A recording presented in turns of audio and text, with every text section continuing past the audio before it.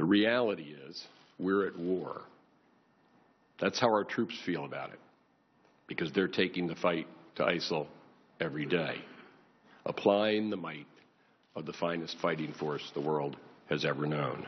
We want this expeditionary targeting force to make ISIL and its leaders wonder when they go to bed at night who's going to be coming in the window.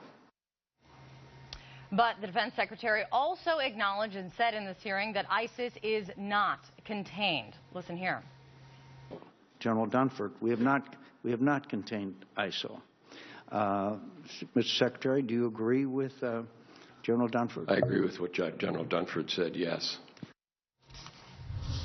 Now let's bring in CNN's chief national security correspondent, Jim Sciutto. He's following this live from Washington. So, Jim, Ash Carter said quite a bit in this hearing. He says we are at war with ISIS. He also agreed with John McCain and General Dunford there that ISIS is not contained. Is he in contradiction then with President Obama? Well, he is.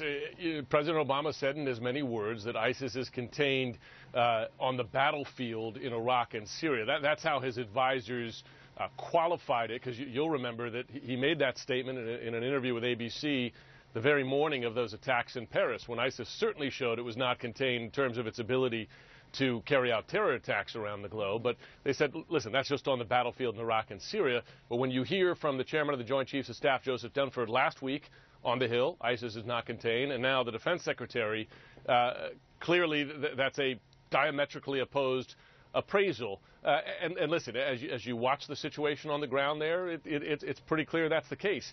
For instance, you talk about Ramadi, which they're going to be deploying these forces to help take back. You know, Ramadi's been on the radar for that take back for months now with no real progress. So, you know, it's hard to deny the hard facts on the ground.